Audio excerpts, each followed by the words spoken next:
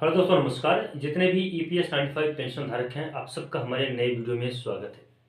दोस्तों, EPS 95 pension की pension में वृद्धि को लेकर एक बहुत बड़ी अपडेट सामने आई है, जो 29/12/2022 यानी कि कल के डेट में ईपीएफओ का एक सर्कुलर जारी हुआ है।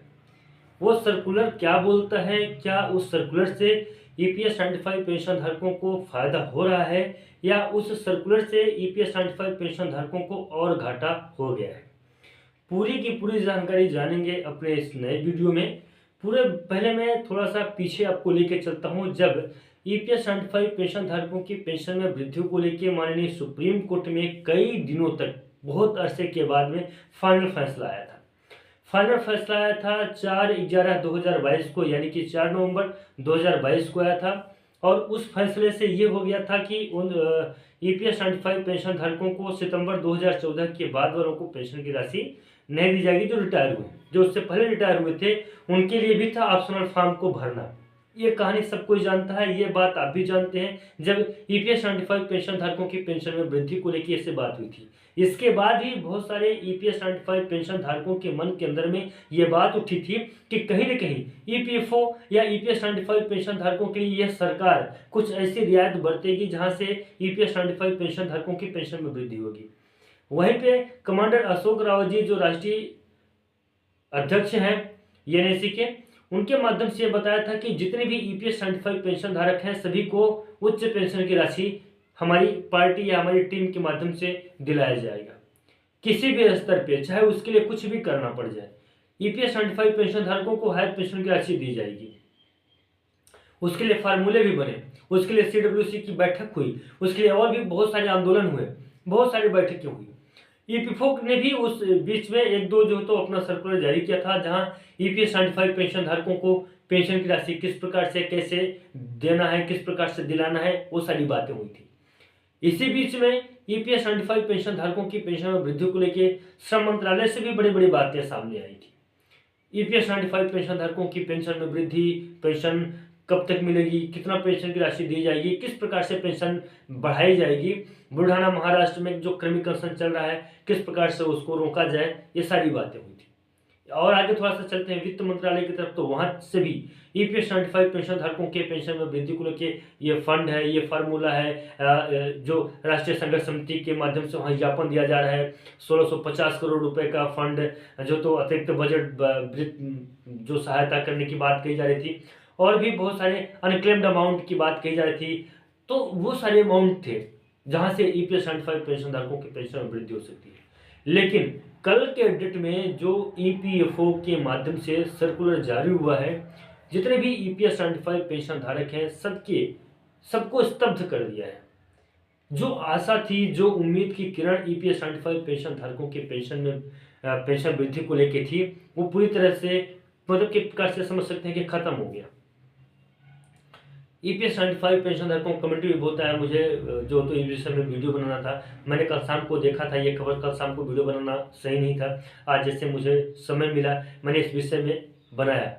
तो क्या उम्मीदें कुछ बची हैं या नहीं बची हैं?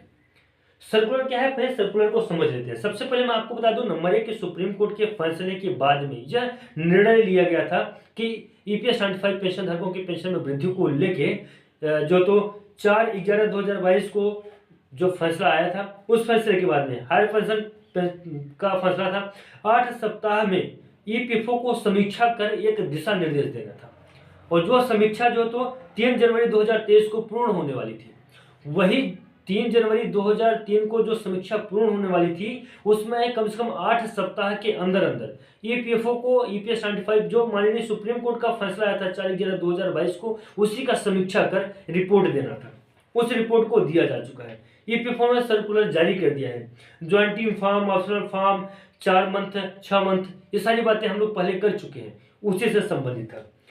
तो ये जो 2014 के पहले रिटायर, 2014 के बाद ईपीएस 95 पेंशन, ये तो मतलब कुल मिला के कन्फर्म हो गया, क्लियर हो गया कि जो 2014 के ईपीएस 95 पेंशन धारक हैं, 2014 के पहले वाले जो रिटायर हुए हैं, जो उसके बाद के रिटायर हुए हैं, तो ये तो पेंशन की राशि नहीं दी जाएगी, और कुछ हैं जिनको ऑप्शनल फॉर्म चूज करना पड़ेगा।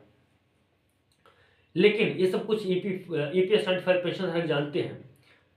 ईपीएफओ का जो भी सर्कुलर आया है उसे भी सब कोई जानते हैं, अगर चाहिए तो मैं उसके ऊपर अलग से खुल के आपको बता दूंगा। फिर राष्ट्रीय संघर्ष समिति की टीम के माध्यम से ईपीएस 95 पेंशन धारकों को एक नई दिशा दिया गया, एक नई रोशनी में लेके जाया गया। वो भी ईपीएस 95 पेंशन धारक फिर से निराश हो गए। तो क्या उनकी पेंशन में वृद्धि होगी या नहीं होगी?